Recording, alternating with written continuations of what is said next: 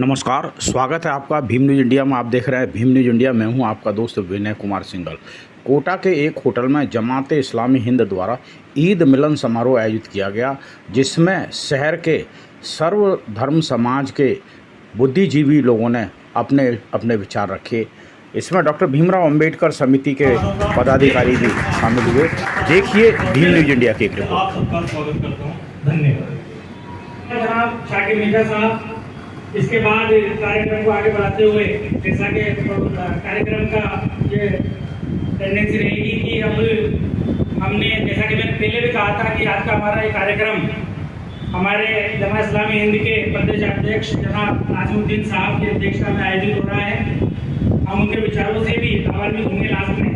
अब मैं सबसे पहले इस कड़ी में हमारे संरक्षक जनाब यानी गुरनाम सिंह जी से गुजारिश करूंगा कि ईद के इस खुशी के मौके पर अपने विचारों से अपना आशीर्वाद से जनाब यानी गुरनाम सिंह।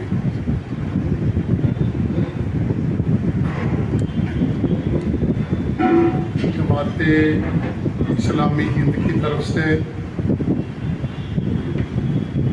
आज का ये पावन ईद मिलन समारोह, जिसमें हम सब उपस्थित हैं, सम्मानीय मंच, सम्मानीय सारे नगर के भाई बंधुजनों, बहनें, सबको सादर प्रणाम। जैसे मंच संचालक महोदय की तरफ से या उससे भी पहले हमारे अजीज़ मित्र जो ज़हूर साहब की तरफ से कुरान की पाक आयत की कुछ बोल कह करके कार्यक्रम की शुरुआत की गई। मेरा मानना है कि हम ये जो प्रयास करते हैं कि हम सब एक हैं, मानव जाति एक है, हमारी पूजा पद्धति, हमारे मज़हब, हमारे तौर तरीके, हमारी पाठ पूजा के तरीके अलग भिन्न हो सकते हैं, और विचारधारा हमारे देश को सुदृढ़ बनाने के लिए तो हम एक ही डाल के पंछी हैं। जैसे अभी महोदय मन से कह रहे थे कि इस्लाम का हर काम बिस्मिल्लाह करके उस अल्लाह के नाम से शुरू किया जाता है। जब हम कंपैरेटिव स्टडी में उतरते हैं तो सनातन मत भी यही बात कहता है कि एको ब्रह्म द्वितीय नास्ति, कि एक ब्रह्म है और कि उसके अलावा उसका नज़दीकी नहीं है। और सिख धर्म कहता है कि एक ओंकार, जैसे खुदा एक है, सिख धर्म कहता है कि वो प्रभु, वो ईश्वर, वो रब एक ही है। जैसे हम सभी धर्मों की विचारधारा का अध्ययन करें तो आपस में मेरा मानना है कि ज़्यादा नहीं तो 95% सभी धर्मों की विचारधारा आपस में मेल खाती है। विद्वान बैठे हैं, उनको चरण स्पर्श करता हूँ, और जो सारी शख्सियत सामने बैठी है, निश्चय ही भारतीय संविधान को ध्यान में रखते हुए आप लोग भाईचारा और एकता की बात कर रहे हैं। सबसे बड़ी बात जो मैंने यहाँ देखी कि संसार की जो कुछ पुस्तकें हैं, चाहे रामायण हो, चाहे गीता हो, चाहे कुरान हो, चाहे बाइबल, तो एक बहुत पवित्र पुस्तक की आयत से आपने शुरुआत करी, और वो भी इन भावनाओं के साथ कि ईश्वर से डरो। अगर हमें ये मन में आ जाएगा कि हम गलत काम कर रहे हैं, उसका परिणाम हमें भुगतना पड़ेगा, तो निश्चित रूप से हम गलत काम नहीं करेंगे। और जब गलत काम नहीं करेंगे तो देश हित में, समाज हित में, जनता के हित में, सबके हित में काम होते चले जाएंगे, ऐसा मेरा मानना है। मैं सिंघल साहब को जरूर धन्यवाद देना चाहूँगा कि जिनकी वजह से मैं आप इतने अच्छे लोगों के साथ शामिल हो पाया, और आपके चरणों में नमन करता हूँ। सम्मानीय प्रबुद्धजन, सम्मानीय मंच,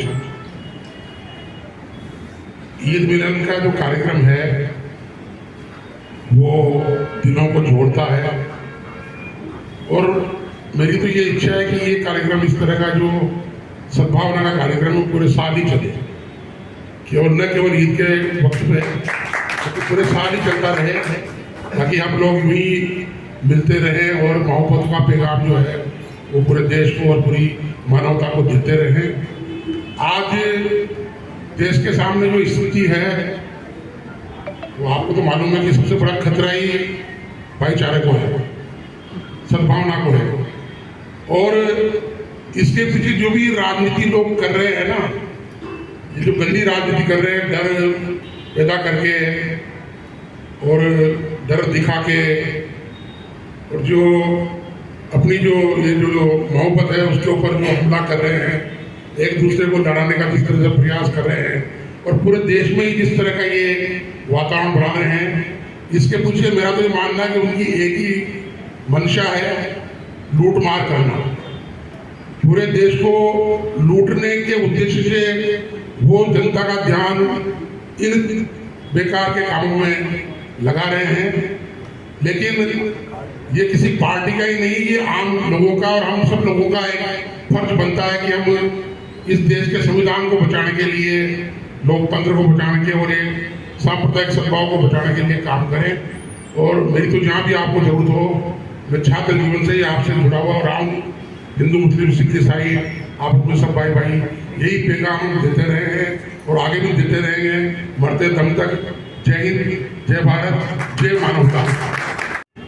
मंच पर आसीन आदरणीय बाटू साहब, अमली साहब, ईश्वर सिंह जी, शाकिर मिर्जा साहब, ईद मिलन समारोह जमाते इस्लामी हिंद द्वारा विगत कई वर्षों से किया जा रहा है। खुशी की बात यह है कि इसमें सभी मजहब के लोग शामिल होते हैं। सद्भावना मंच है कोटा में और उसका मुझे संयोजक बनाया हुआ है। इसके अलावा डॉक्टर भीमराव अंबेडकर समिति का मैं जनरल सेक्रेटरी हूँ। हमारी कोशिश ये रहती है कि फिजा में जहर न घुले, अमन कायम हो। आप ऐसे उदाहरण समझिए, आज मैंने पेपर में पढ़ा था कि एक जनाब, दो दोस्त थे, एक मुस्लिम एक हिंदू, अपने बच्चों की शादी कर रहे थे और कार्ड एक ही छपाया।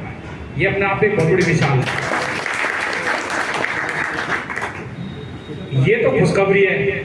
एक क्रिटिसाइज वाली बात मैं बताऊं आपको, 14 अप्रैल डॉक्टर भीमराव अंबेडकर साहब का जन्मदिन है और डॉक्टर भीमराव अंबेडकर समिति पिछले 15 साल से ये कार्यक्रम कलेक्ट्रेट चौराहे पे शाम को 5 बजे से करती है।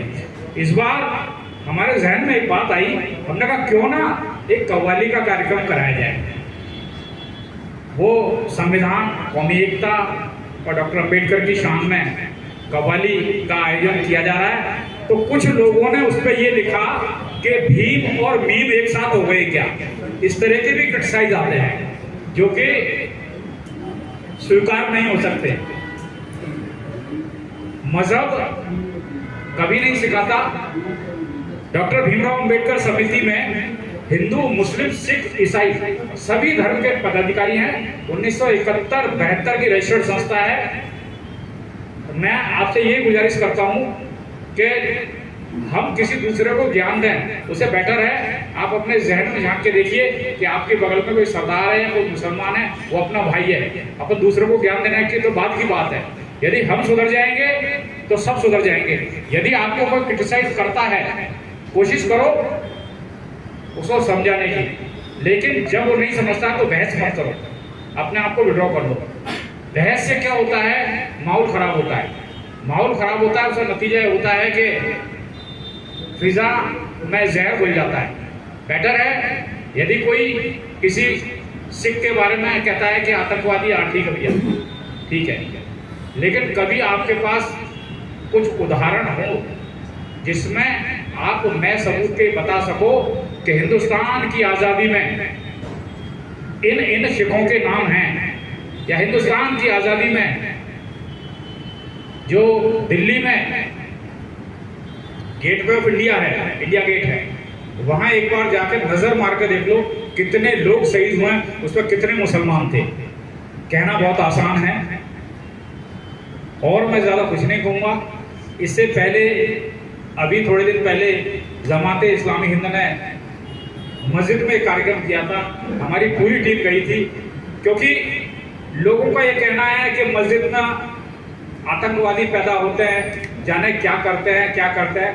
हमने मस्जिद की पूरी कार्रवाई को देखा, किस तरीके से अज़ान होती है, किस तरीके से नमाज पढ़ी जाती है, और अली जनाब ज़हूर अहमद साहब ने जो अजान दी जाती है, मस्जिद में जो इबादत की जाती है, उसके बारे में हिंदी में तफसील से बताया कि हमने अभी जो नमाज पढ़ी थी उसमें हमने ये अल्लाह ताला से दुआ मांगी है। बहुत से हमारे साथी थे, वो जिंदगी में कभी मस्जिद में नहीं गए, क्योंकि भ्रम ऐसा पैदा कर रखा है कि मस्जिद में जाएंगे तो पता नहीं क्या होगा। लेकिन उस दिन जब हम मस्जिद में गए और हमने सब कुछ देखा तो हमारे बहुत से साथी थे, उनके दिमाग के जाले दूर हो गए।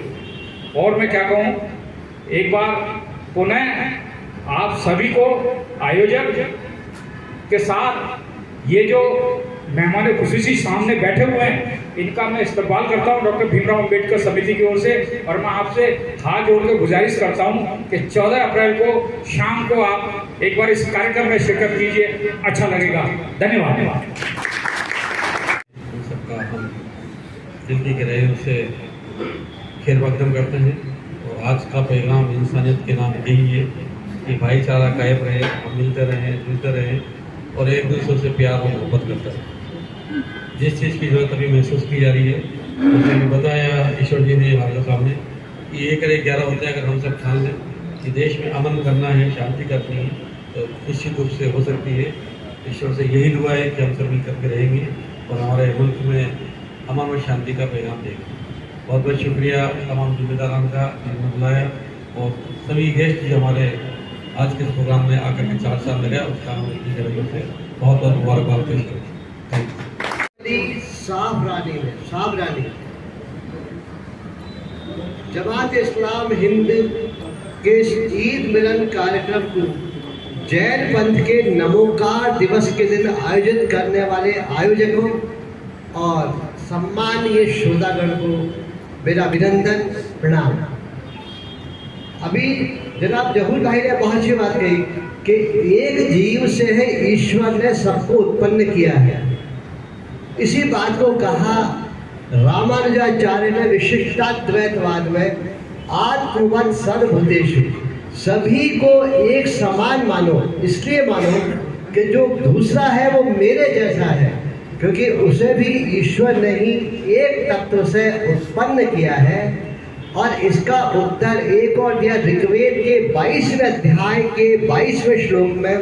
एक शब्द है ब्रह्म वर्चसे, यानी ईश्वर ने राष्ट्र को बनाया है। जब राष्ट्र को ईश्वर ने बनाया है तो उसमें किसी एक की धर्म तो है ही नहीं, कि जाति, पंथ, धर्म या किसी लिंग भेद, कास्ट, क्रीड का कोई प्रभाव उस पर। मंच पर विराजमान अतिथिगण, यहाँ उपस्थित सभी बंधुओं, ईद मिलन का कार्यक्रम है और पहले भी इस कार्यक्रम में आता रहा। सब लोग जानते हैं कि जो हम लोग त्योहार मनाते हैं तो एक रूटीन की जो दिनचर्या होती है हमारी, त्योहार कोई सा भी हो, होली हो, दिवाली हो, ईद हो, ईसाइयों में क्रिसमस आता है वो हो, सिखों में लोहड़ी आती है, और भी त्योहार आते हैं। इस प्रकार से जो मनुष्य का जो जीवन होता है और उसमें जो नीरसता काम करते करते दिन प्रतिदिन की जो भाग दौड़ होती है, उसको करते करते नीरसता आ जाती है। उस नीरसता को समाप्त करने का त्योहार एक बहुत बड़ा माध्यम है। और जो हमारा एकाकीपन होता है, एक दूसरे से मिल नहीं पाते, वर्तमान समय में तो ऐसा है कि घर में पति पत्नी और बाप बेटे भी शनिवार रविवार तक नहीं मिल पाते, बहुत सी बार ऐसी स्थिति आ जाती है। वो आते हैं तो वो निकल जाता है, वो उठते नहीं है, उसके पहले बाप निकल जाता है। तो ऐसी स्थिति में जहाँ इस प्रकार का एकाकीपन मनुष्य को घेर रहा है और मनुष्य से ज़्यादा माता पिता भाई बहन और मित्रों से ज़्यादा आदमी का साथी मोबाइल बन रहा है। उस समय जो त्योहार एक ऐसा माध्यम होता है जिसमें उस दिन तो कम से कम परिवार के लोग आपस में मिलते हैं, पास पड़ोस के मोहल्ले के लोग आपस में मिलते हैं, समाज के लोग आपस में मिलते हैं। और आज जिस प्रकार से उस ईद के त्योहार के माध्यम से हम सब लोग आपस में मिलकर बैठ रहे हैं, ये एक बहुत बड़ा उदाहरण है इस बात का कि त्योहार इस सामाजिक एकता को कायम करने के लिए बनाए गए हैं। पूरी प्रतिबद्धता के साथ, पूरे समर्पण के साथ, पूरी आत्मविश्वास के साथ और पूरी लगन के साथ और पूरी तल्लीनता के साथ इस्लामी हिंद सोसाइटी इस कार्यक्रम को वर्षों से करती चली आ रही है। इसके पहले जो वहाँ CID सर्किल पे हुआ था उसमें मैं आया था और मुझे जब भी बुलाया जाता है मैं आने की कोशिश करता हूँ। बहुत बढ़िया कार्यक्रम है। मुझे इस अवसर पर महाकवि नीरज जी की 2 पंक्तियाँ याद आ रही हैं। अब तो कोई ऐसा मजहब बनाया जाए, अब तो कोई ऐसा मजहब चलाया जाए जिसमें इंसान को इंसान बनाया जाए। आग गंगा में भी है, आग झीलम में भी, कोई बताए कहाँ जाकर नहाया जाए। तो मित्रों, ये जो आपने बीड़ा उठाया है, जो काम ये चला रखा है, ये बहुत ही बढ़िया है। इससे सौहार्दपूर्ण वातावरण तैयार होगा, लोगों में एकता बढ़ेगी, भाईचारा बढ़ेगा, वैमनस्यता खत्म होगी और लोग बाग आपकी संस्था से निश्चित रूप से जुड़ते चले जाएंगे। दोस्तों, में एक बात, जमात इस्लामी जो आप ईद मिलन समारोह, मैं आपके साथ 2-3 साल से आ रहा हूँ और इसके बाद आप भूल जाते हैं आगे कार्यक्रम। यहाँ बहुत सारी बातें होती हैं कि हम मिलेंगे, बैठेंगे, बैठ के हम यहाँ जितने भी लोग बैठे हैं, किसी को एक बात समझो, हर आदमी के साथ 10-20 आदमी जुड़े हुए हैं। अगर आप उसको एक आदमी को अपन जोड़ेंगे, अपन जब बैठेंगे ना, मेरे साथ अगर 10 आदमी जुड़े हुए हैं, उन 10 आदमी के साथ भी आगे 10 आदमी जुड़े हुए हैं, एक मैसेज बहुत अच्छा जाएगा। आज जो देश का वातावरण चल रहा है, जो आज की सियासत चल रही है, किसी एक को टारगेट किया जा रहा है, ये किसी की बाप का हिंदुस्तान नहीं, हिंदुस्तान सबका है और हम सब इसके मूल निवासी हैं। मरेंगे भी यहाँ, जिएंगे भी यहाँ और मौत भी नहीं करेंगे। इसलिए हमें एक उदाहरण देना है, एक मिलजुल के रहना है, इकट्ठे रहना है। मैं अगर आपको मतलब करूँ ना, किसी हिंदू कहूँगा तो क्या कहूँगा, वो भगवान से डर, किसी सरदार कहूँगा तो कहूँगा वाहिगुरु डर, किसी मुसलमान कहूँगा तो अल्लाह से डर। अब मैं उसको एक शब्द में लाना चाह रहा हूँ, मैं कहूँगा वो ऊपर वाला से डरो, तो सबके कान खड़े हो जाएंगे, मुसलमान के भी कान खड़े हो जाएंगे, हिंदू के कान खड़े हो जाएंगे, सरदार के कान खड़े, क्योंकि ऊपर वाला एक है, अलग नहीं है, वो एक ही है और हम सब उसी के संतानें हैं। इसलिए आज के वातावरण को देख के हमें मिलजुल कर रहना चाहिए, देश में भाईचारा बना के रखना चाहिए। हम सबके बिना देश के कोई मतों का, जब तक हमने आकर इकट्ठे नहीं होते तो हम जब तक अपने परिवार को, अपने देश को, अपने समाज को नहीं संभालते, जब तक हम इस देश के जो है सच्चे सिपाही नहीं कहला सकते। इसलिए मेरा आप सबसे अनुरोध है कि आप तो ईद मिलन त्योहारों में क्या आप खाना मत खिलाओ, चाय पिलाओ, मगर साल में 2-3 बार बैठो, आप भी बैठो, आप ईद मिलन त्योहार बनाओ, हम बैसाखी में प्रोग्राम करें, हम बुलाएं। हिंदू भाई मेरे जो है होली मिलन त्योहार रखें, दिवाली मिलन त्योहार रखें, ताकि हम सब एक हों, अपने विचारधारा एक दूसरे से मिलाएं, ताकि हम जो है मिलजुल कर देश को उन्नति कर सकें। जय हिंद, जय भारत। भाइयों और बहनों, सबकी खिदमत में सलाम और आदाब। सबसे पहले तो मैं उस ईश्वर का शुक्रिया अदा करता हूँ कि जिसने इतना अच्छा मौका मुझे भी आपके बीच आने का मौका दिया। इतने अच्छे प्रोग्राम में हम सब यहाँ जमा हैं, मैं उसका शुक्र अदा करता हूँ। ईद उल फित्र पूरा यानी ईद उल फित्र की मुबारकबाद पेश करता हूँ। सबसे पहले तो जाहिर है कि ईद का मौका है तो ईद की मुबारकबाद पेश करता हूँ। और ये बात आप सब हम जानते ही हैं कि ईद 1 महीने के बाद पूरा रमज़ान का जो महीना है, रमज़ान के महीने में कठिन परिश्रम कहिए और कोशिश कहिए, तपस्या कहिए, जो भी उसको नाम दें, हम पूरे महीने की कोशिशों के बाद ईद का दिन आता है।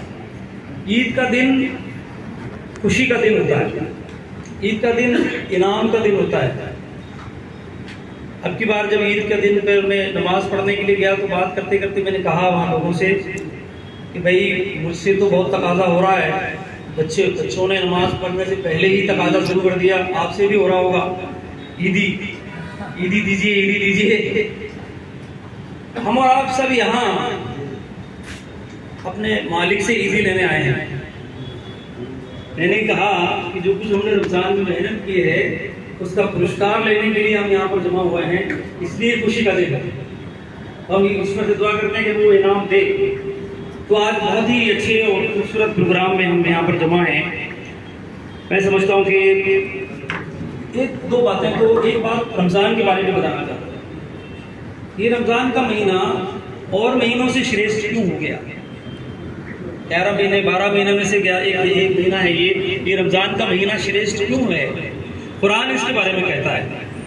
कुरान ही में बताया गया है, शहरु रमज़ानल्लज़ी औज़ु बिल्लाहि मिनश शैतानिर रजीम, शहरु रमज़ानल्लज़ी उन्ज़िला फ़ीहिल कुरान हुदल लिन्नास व बय्यिनातिन मिनल हुदा वल फ़ुरक़ान। रमज़ान वो महीना है जिसमें कुरान नाज़िल किया गया, कुरान अवतरित किया गया, जो सारे इंसानों के लिए मार्गदर्शन है और खुली खुली निशानियाँ हैं इसके अंदर। ये बात उसमें कही गई। इसका मतलब ये हुआ कि रमज़ान इस महीने की श्रेष्ठता का असल वजह, रीज़न जो इसका है वो ये है, इस महीने में कुरान अवतरित हुआ जो सारे इंसानों को मार्गदर्शन प्रदान करता है। इतना बड़ा इनाम हमको मिला है। तो ये एक बहुत ही अहम मौका है जिस पर हम और आप सब जमा हैं। बड़े अच्छे विचार अभी हमारे सामने हमारे बुजुर्गों ने, विद्वानों ने बड़ी अच्छी सी बातें रखी हैं। हम सब अभी सुन रहे थे काफ़ी देर से, वक्त भी कम है। मैं भी कोशिश करूंगा कि 2-3 ज़रूरी बातें आपके सामने गुजारिश करके अपनी बात को मुकम्मल करूंगा जितने कम वक्त में हो सकता है। मैं अभी बड़े गौर से सुन रहा था और सुनते सुनते यही बात भी आ रही थी कि भाई एक बात तो ये कह दूँ, अर्ज़ करूँ पहले जमात इस्लामी हिंद के बारे में। जमात इस्लामी हिंद अपनी स्थापना से लेके आज तक बराबर पूरे देश में इस तरह ईद मिलेनी नहीं, बल्कि इस तरह के प्रोग्राम जो कि आपसी भाईचारे को बढ़ाने का काम करते हैं, आपस में याद दिलाने का काम करते हैं कि भाई हम अब भाई हैं। बार बार ये बात कहनी होती है और बार बार याद दिलाने का काम, और ये बात कि हम सब मिलजुल भाई होने के नाते उसके तकाजे क्या हैं। भाई से भाई के कुछ तकाजे भी हैं। सहन के बीच दीवार अपनी जगह, शहर अलग हो सकता है, घर अलग हो सकता है, महल अलग हो सकता है, हम अलग अलग रह सकते हैं, लेकिन भाई होने के नाते जो तकाजे हैं उसके उनको हम पूरा करें। ये बात याद दिलाने के लिए और आपसी भाईचारा और नफरत को दूर करने के लिए जमात इस्लामी हिंद लगातार प्रयास करती है। उसी की कड़ी है आज का हमारा ये कार्यक्रम। आज इस कार्यक्रम में कई अच्छी बातें आई हैं। मैं सब तमाम चीज़ों को दोहराने के बजाय एक दो बहुत अच्छे सुझाव आए हैं, उसको ज़रूर मैं कहना चाहूँगा और मैं आपको यकीन दिलाता हूँ और विश्वास दिलाता हूँ कि ये हमारे है भी प्रोग्राम में। एक बात ये आई है कि जो ज्ञानी जी ने जो बात कही थी कि भाई पूरे राजस्थान में जगह जगह सद्भाव मंच कायम होने चाहिए। बहुत ज़रूरी है, बहुत ज़रूरी है। कुछ जगहों पर हैं भी, यहाँ कायम हुआ है, ब्यावर में बहुत अच्छा काम कर रहा है, कुछ और जगहों पर भी इसकी कोशिशें हो रही हैं और हमारी कोशिश ये होगी कि इसको जितना ज़्यादा हो सके पूरे प्रदेश में ज़्यादा से ज़्यादा सद्भाव मंच कायम किए जाएँ। क्योंकि सद्भाव मंच वो एक ऐसा मंच है जिसमें कोई भी चीज़ हो, कोई समस्या हो, कोई बात हो, तो सब मिलजुल करके बैठें, गौर करें, विचार करें और समस्याओं को हल करने की कोशिश करें, ताकि कोई मसाइल पैदा ना हो और कोई भी समस्या खड़ी हो तो उससे पहले, खड़ी होने से पहले, आने से पहले ही उसको रोका जा सके और एक अच्छा पैगाम उसके जरिए से दिया जा सके। तो मैं आपको विश्वास दिलाता हूँ कि इस पर हम भी मेहनत करेंगे, आपका भी सहयोग चाहिए और हम सब मिलकर इस काम को आगे लेकर के बढ़ेंगे। फिर बहुत सारी बातें और अच्छी बातें हमारे सामने आई हैं। इस तरह के कार्यक्रम बराबर चलते रहना चाहिए और फिजा में जहर ना घुले, इसकी हमें कोशिश करनी चाहिए। हम सब आपस में भाई हैं, एक दूसरे को याद करें।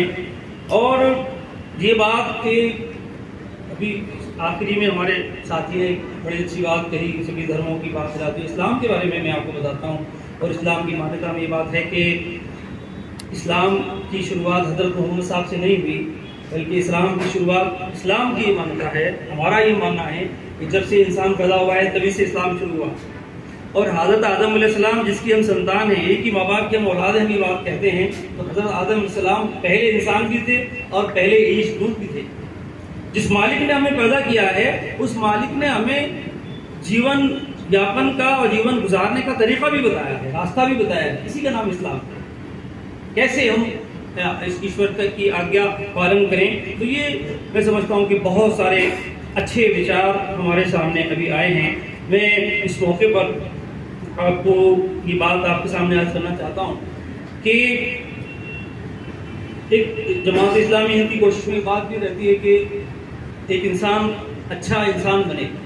इस तरह के प्रोग्रामों का के उद्देश्य में खासतौर पर दो बातें हमारे सामने एक बात ही होती है कि एक इंसान अच्छा इंसान बनेगा। अच्छा इंसान बनेगा तभी अच्छा खानदान बनेगा, अच्छा खानदान बनेगा तो अच्छा समाज बनेगा, और अच्छा समाज बनेगा तो देश तरक्की करेगा। इसका मतलब ये कि सबसे छोटी जो इकाई है वो सबसे ज़्यादा महत्वपूर्ण है। एक छोटी सी बात हमारे कई सुनाते हैं और एक बच्चा हमारा खास तौर पर सुनाता है जो मुझे याद आ रहा है इस वक्त में। एक साहब जो है घर में बैठे हुए पढ़ रहे थे और पढ़ते पढ़ते उन्होंने देखा कि बच्चे बहुत शरारत कर रहे हैं, तो उन्होंने कहा कैसे इनको दूर भगाया जाए। तो वो उन्होंने उनको बुलाया, उनके पास टेबल पर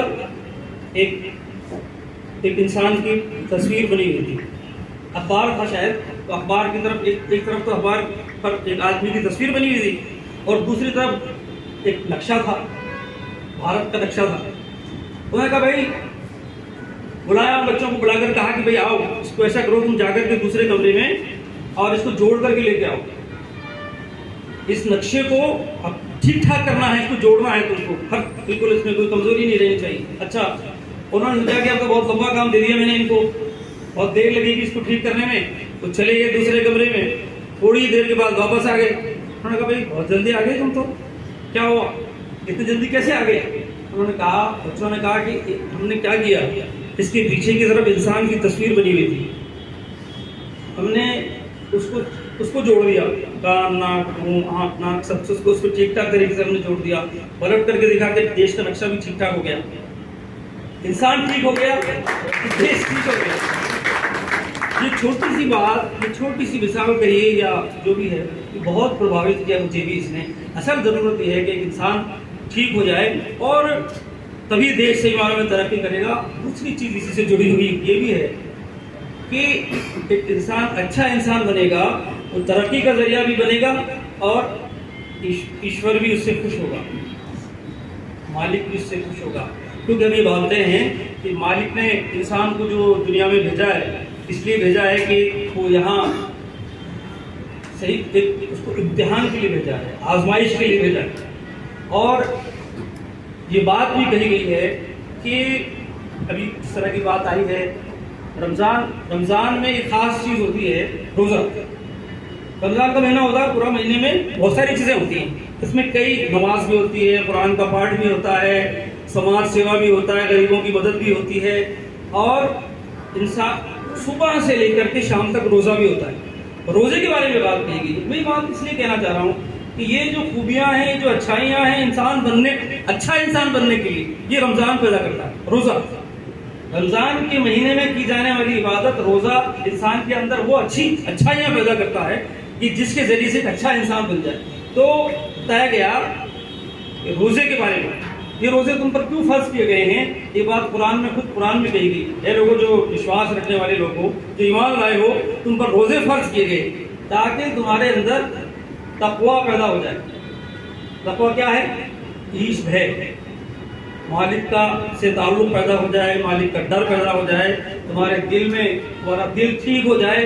दिल भी क्या मामला है, दिल में भी जंग लग जाता है, दिल में भी खराबी पैदा हो जाती है। तो ये रोज़ा और ये पूरा महीना अच्छाइयाँ और खूबियाँ पैदा करने के लिए आता है। हर महीने, पूरे महीने की एक ट्रेनिंग होती है जिसके ज़रिए से इंसान, ये बात कही गई और कुरान में एक बात और कही गई जो बहुत बड़ा आधार है हमको और आपको इंसानों को जोड़ने का।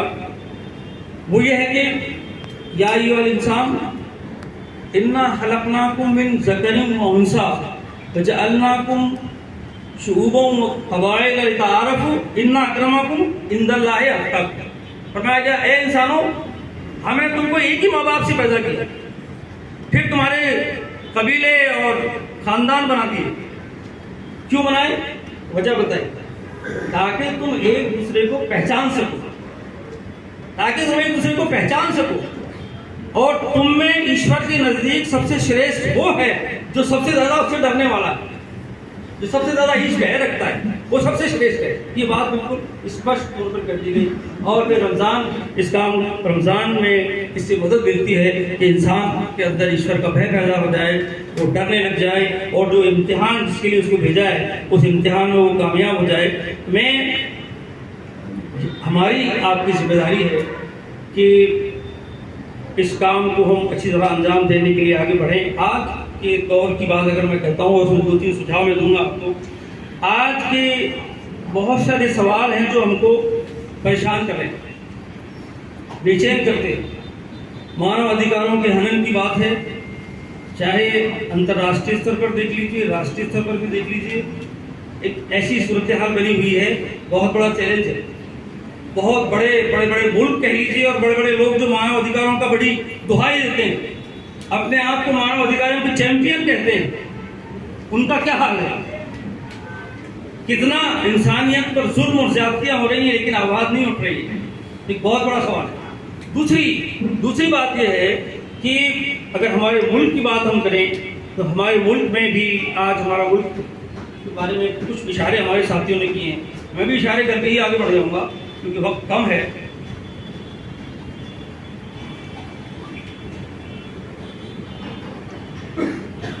आज के हालात में ये बात साफ तौर पर नजर आ रही है कि हमारे मुल्क में लोकतंत्र बाकी रहेगा या तानाशाही आएगी। हम उम्मीद करते हैं और अच्छी उम्मीद यही है कि जमहूरियत बरकरार रहेगी, क्योंकि छोटी सी मिसाल है ये तो कोटा में बैठे हुए हमारे सभी सरगर्माने लोगों की बहुत छोटी सी मिसाल है और ये एक बहुत बड़ी ताकत है। ये जो ताकत है इसे हमें और ज्यादा मजबूत करने की जरूरत है और ये ताकत ऐसी ताकत है कि हम इस हमारे मुल्क को, प्यारे मुल्क को, अजीज मुल्क को तानाशाही की तरफ नहीं जाने देंगे, चाहे हमें उसके लिए कुछ भी करना पड़े। लेकिन चैलेंजेस तो बहुत सारे हैं, अभी इशारा हुआ, अभी बात आई। एक सबसे बड़ा चैलेंज ये है कि साहब फिरका परस्ती, सांप्रदायिकता जो है, सिर्फ सांप्रदायिकता ही नहीं रह गई है, बल्कि सांप्रदायिकता ने आज उग्र रूप इख्तियार कर लिया है। सांप्रदायिकता ने आज फासीवाद की शक्ल ले ली है। और मैं अगर ये कहूं तो शायद मेरी बात से आप इत्तेफाक करेंगे कि सांप्रदायिकता जो है वो लोग शायद ये समझते हैं, माफ कीजिएगा मुझे अगर इत्तेफाक ना करें तो, लोग ये समझते हैं कि आज के ज़माने में जो जितना ज़्यादा सख्त बोलेगा, जो जितना ज़्यादा नफरत फैलाएगा, जो जितना ज़्यादा उग्रता दिखाएगा, जो जितना ज़्यादा घमंड करेगा, वही उसका ओहदा बड़ा होगा और उसको बड़ा पुरस्कार मिलेगा, उतना ही बड़ा आदमी बन जाएगा। किसी एक जगह पर है तो उससे सोचता है कि मैं और इससे बड़ी जगह पर कैसे पहुंच सकता हूं, तो फिर ऐसी बातें बोलना शुरू कर दो और नफरत का जहर, जैसे अभी कहा हमारे बुजुर्गों ने, उस नफरत का जहर फैलाने की बहुत ज़्यादा कोशिशें की जा रही हैं। मैं एक बात आपसे गुजारिश इस मौके पर करना चाहता हूँ। आज एक बहुत नाजुक वक्त है, हमारा देश आज बहुत नाजुक वक्त में से गुजर रहा है जिसमें हम सांस ले रहे हैं। इस नाजुक वक्त में मेरी और आपकी एक बहुत बड़ी जिम्मेदारी बनती है, ये है कि हम लोगों को सही बात से, सच्चाई से आगाह करें, हक बात कहें, हक बोलने की हिम्मत जुटाएं। आज वक्त है बोलने का, कहीं ऐसा ना हो और ना हो, मालिक से दुआ है, मालिक से कि ऐसा वक्त ना आए कि हमारे पास बोलने का ही वक्त ना हो। हालात तो अच्छे नहीं है, सूरत हाल तो बहुत खराब है, तो सच बात कहने की हिम्मत पैदा करें। एक शायर बहुत अच्छी बात कहता है, चुप रहना तो है जुल्म की ताईद में शामिल, चुप रहना तो है जुल्म की ताईद में शामिल, हक बात कहो जुर्रत इजहार ना बेचो। हजरत मोहम्मद साहब ने फरमाया हक बात कहो चाहे कड़वी लगे, हक बात कहो चाहे मामला अपने या अपने भाई का ही क्यों ना हो। आज के ज़माने में हक बात कहना, सही बात कहना, कोई जालिम है तो जुल्म के खिलाफ आवाज़ उठाना और बोलना बगैर किसी लालच के, बगैर किसी डर के, मैं समझता हूँ कि ये आज के ज़माने की बहुत बड़ी जिम्मेदारी है। हमको आगे बढ़कर बोलना चाहिए और अपनी जिम्मेदारी अदा करनी चाहिए। सांप्रदायिकता की बात मैंने आपके सामने रखी है। एक बात सांप्रदायिकता में और हो गई, बस एक दो बातें और हैं खत्म करने को ही है। बातें तो बहुत दिल को चाहता था कि खूब आपसे बात करूं, देर तक आपके बीच रहूं। एक बात हो गई है इसमें जो उग्रता या सांप्रदायिकता बढ़ रही है, जो मानसिकता में जो बदलाव पैदा हो रहा है, इसके नतीजे में राजनीतिक स्वार्थ हासिल करने के लिए जो मानसिकता को बदला जा रहा है, जो पूरे माहौल में नफरत का जहर घोला जा रहा है, उसके नतीजे में मानसिकता बदल रही है। छोटी छोटी चीजें, आप यहाँ ये नहीं करेंगे, आप यहाँ पर ये नहीं बैठेंगे, आप यहाँ फला काम नहीं करेंगे, आप छत के ऊपर नमाज नहीं पढ़ेंगे, आप फला काम नहीं करेंगे, और बहुत सारी बातें, बहुत सारी मिसालें दी जा सकती हैं। लेकिन जो ये इस तरह की चीजें, जो बदलाव आ रहा है, ये हमारे लिए। और फिर एक और बात है, एक इंसान को की लिंचिंग हो रही है, दूसरे लोगों की भीड़ या दूसरे गुजरने वाले लोग, पहली बात तो रुकना नहीं होता, और रुक भी गए हैं तो वीडियो पहले बनाना जरूरी होता है कि वीडियो बनाओ पहले, उसको बचाने की चिंता नहीं है, वीडियो बनाने की चिंता है। और यही नहीं कि वीडियो बनाने की चिंता है, उस वीडियो को फैलाने की चिंता है, ताकि बताया जा सके कि देखो, डर पैदा करने के लिए। इस तरह की चीजें हमारे देश में लगातार बढ़ रही हैं। और एक चीज और पैदा हो गई है, मेरी बात से आप इत्तेफाक करेंगे, दूसरों के दुखों को देखकर सुख संतोष का अनुभव करना, दूसरों की पीड़ा और दूसरों की परेशानी को देख करके सुख अनुभव करना बहुत अच्छा हो, बहुत बढ़िया हो, बहुत अच्छा हो। ये मैं समझता हूँ कि आज के ज़माने का बड़ा चैलेंज है। हमें इस तरह की मानसिकता और इस तरह की चीज़ों को, कमजोरियों को रोकने के लिए बहुत मेहनत और बहुत ज़्यादा कोशिश करने की ज़रूरत है, बहुत मेहनत करने की ज़रूरत है। अभी पड़ोसी की बात आई थी, हमारे किसी साथी ने कही थी, पड़ोसी की बात भी आपको बताता चलूँ।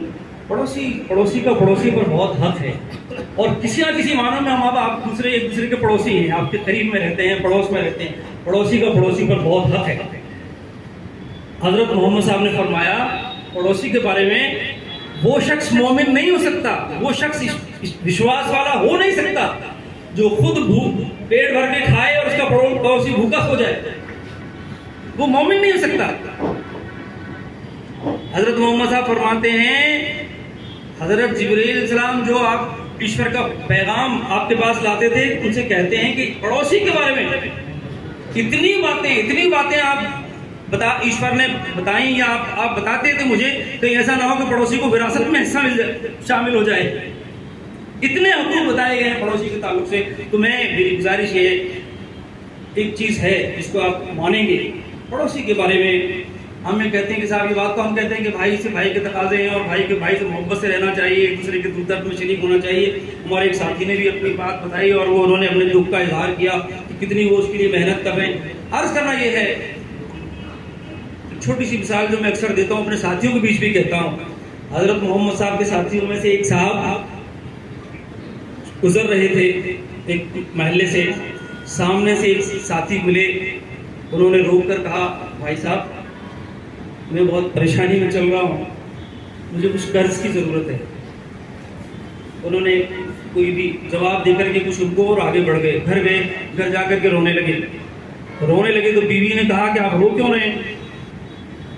कि ऐसा हुआ, वो भाई मिले थे, वो साहब मिले थे, उन्होंने कहा कि मुझे कर्ज दे दीजिए। तो इसमें रोने की क्या बात है? अगर आपके पास होता तो दे दीजिए, नहीं दे सकते थे तो मना कर देते, इसमें रोने की क्या बात है? उन्होंने कहा कि असल ये नहीं कि मैं दे सका या नहीं दे सका, जो जवाब दिया वो मेरे लिए भी आपके लिए भी बहुत बड़ा सबक है उसमें। मैं इसलिए मुझे रोना आया कि मुझे मेरे भाई के बारे में पता क्यों नहीं था कि वो परेशान है, वो तकलीफ में है। तो हमें मालूम होना चाहिए, हमें मालूम, और तकलीफ में चाहे कोई भी हो, अखबार की हर खबर हमको परेशान करे। ये ना हो कि साहब मैं देखूं कि मेरे समाज का है तो मैं तकलीफ में रहूं, दूसरे समाज का है तो मैं जल्दी से गुजर जाऊं उस खबर से। इस जहन को भी, इस चीज़ को भी हमें सुधारना और इसके आगे बढ़ना पड़ेगा। और हम मायूस ना हो, लगातार प्रयास करते रहें, हालात बेहतर होंगे, हालात सुधर जाएंगे। और ये बात याद रखते हुए कि हम नई पीढ़ी को क्या देकर जाना चाहते हैं, कैसा भारत और कैसा समाज देकर जाना चाहते हैं, इसके लिए हमको और आपको बराबर कोशिशें करते रहनी होंगी। और हमारा विश्वास है कि ईश्वर, इस्लाम के मुताबिक मैं इसी बात से अपनी बात खत्म करूँगा कि हमारा ये भरपूर तरीके से हमारा विश्वास है कि ईश्वर हमारे तमाम कर्मों, एक तो ये कि हम सब देख रहा है और हमारे कर्मों का हिसाब होगा, और पूरी ज़िंदगी में जो दी गई थी उसी के मुताबिक उसका बदला भी मिलेगा। अच्छे काम किए होंगे स्वर्ग मिलेगा, बुरे काम किए होंगे तो नरक मिलेगा, ये तयशुदा बात है। तो जो ज़िंदगी हमारे इम्तिहान के लिए है, ईश्वर हमारी परीक्षा ले रहा है, तो उसके लिए हम बहुत अच्छे से गुजारें, उससे डरते हुए गुजारें, इस बात की हमको कोशिश करनी चाहिए। क्योंकि हम ये जानते हैं और हमारा पूर्ण तरीके से विश्वास है क़यामत तो आएगी, पहले तो होगी। कुरान शरीफ जब आप पढ़ेंगे, जब हमारे विद्वान साथियों के पास कुरान शरीफ है, उसको आप पढ़ेंगे तो आखिरी अध्याय में इतनी उसके जो चैप्टर्स हैं उसमें बार अल-क़ारियतुल अल-क़ारिया, इज़ा ज़ुलज़िलतिल अर्ज़ु ज़िलज़ालहा, जब जमीन को पूरी शिद्दत के साथ हिला डाला जाएगा, यानी क़यामत जब आएगी तो क्या होगा, जमीन अपने अंदर के बोझ निकाल करके बाहर कर देगी, इंसान कहेगा इसमें क्या हो रहा है। और जिसने कुछ भी अगर अच्छा काम किया होगा तो वो उसको देख लेगा, जिसने बुरा कर्म किया होगा तो उसको भी देख लेगा। कहने का मतलब ये है ईश्वर के सामने हमें पहुंचना है, अपने कामों का हिसाब देना है। मैं आखिर में एक बार फिर आप तमाम का बहुत बहुत शुक्रिया अदा करते हुए, बहुत अच्छी मजलिस है, बहुत रौनक मजलिस है और ईद की खुशी में और आप सब शरीक हैं। ऐसे प्रोग्राम बार बार होते रहने चाहिए, इस तरह के मिलना जुलना बार बार होते रहना चाहिए। बार बार मिलेंगे, मोहब्बत बढ़ेगी, गलत फहमियाँ दूर होंगी, दूरियां कम होंगी, हम सब मिलकर प्रयास करेंगे तो इंशाअल्लाह हमें भरपूर उम्मीद है ईश्वर से कि हालात बदलेंगे। मायूस होने की और डरने की बिल्कुल भी बात नहीं है। हम सब मिलकर प्रयास करेंगे तो बदलाव जरूर आएगा। सही बात यह कि हम अपनी जिम्मेदारी ठीक तरह से अदा करें। फिर एक बात आपका शुक्रिया अदा करता हूँ, ईद की मुबारकबाद पेश करता हूँ। बहुत बहुत शुक्रिया, बहुत बहुत आभार प्रकट करता हूँ कि हमने जो विनती की उसके ऊपर आप सब यहाँ पधारे और एक अच्छा इस कार्यक्रम को आपने अच्छा कार्यक्रम बनाया। और भविष्य में भी उम्मीद करते हैं कि जब भी कभी किसी अच्छे काम के लिए अगर आपको हम पुकारेंगे तो आप इसी तरह हमारे साथ कंधे से कंधा मिलाकर खड़े रहेंगे। इसी प्रार्थना के साथ ईश्वर हमको इस बात की शक्ति प्रदान करे कि हम अपने देश के अंदर अमन कायम करने के लिए भाईचारगी के साथ उठ खड़े हों। मैं आप सबका एक बार फिर धन्यवाद करता हूँ, आभार प्रकट करता हूँ। और इसी के साथ इस प्रोग्राम के इख्तिताम का ऐलान भी होता है। बहुत बहुत धन्यवाद। एक बात सिर्फ मैं बता के अपनी बात और आपको बता दूं, मेरे को ध्यान आया, अभी रमज़ान के महीने में अखबार में खबर आई थी तो उसमें पता लगा कि कुछ कैदी जेल में बंद है जो बहुत छोटे छोटे जुर्माने के अंदर हैं, सालों से बंद है। मैंने सिंगल साहब से हमने कॉन्टेक्ट किया और वहाँ सुप्रिटेंडेंट जेल से मिले तो उन्होंने पूछा कि आप मुसलमानों को छुड़ाना चाहते हो या हिंदुओं को। मैंने कहा हम इंसान कैदियों को छुड़ाना चाहते हैं। 4 कैदी हमने छुड़ाए, इसमें 3 हिंदू और 1 मुसलमान था। सुप्रीम साहब बहुत खुश हुए इस बात को देखकर, उन्होंने कहा ऐसा ही होना चाहिए। हम आगे भी उनसे वादा करके आए, जब भी कभी ऐसे छोटे छोटे रकमों की बेचारे कैदी बंद हैं जिनकी जमानतें हो गई, सालों से बंद है, अगर ऐसा होता आप हमसे कांटेक्ट कीजिएगा। उसमें आपका बहुत बड़ा सहयोग रहा मेरे सिंगल साहब का, और उसकी वजह से बेचारे वो लोग आज़ाद हो गए। धन्यवाद आप सबका, बहुत बहुत शुक्रिया। आप देख रहे थे Bhim news India. Bhim news India को यूट्यूब पर सब्सक्राइब कीजिए, लाइक कीजिए, शेयर कीजिए, कमेंट्स कीजिए। भीम न्यूज़ इंडिया के फेसबुक पेज को भी आप फॉलो कर सकते हैं। न्यूज़ अपडेट के लिए बने रहिए हमारे साथ। आपका बहुत बहुत धन्यवाद। देखते रहिए भीम न्यूज़ इंडिया।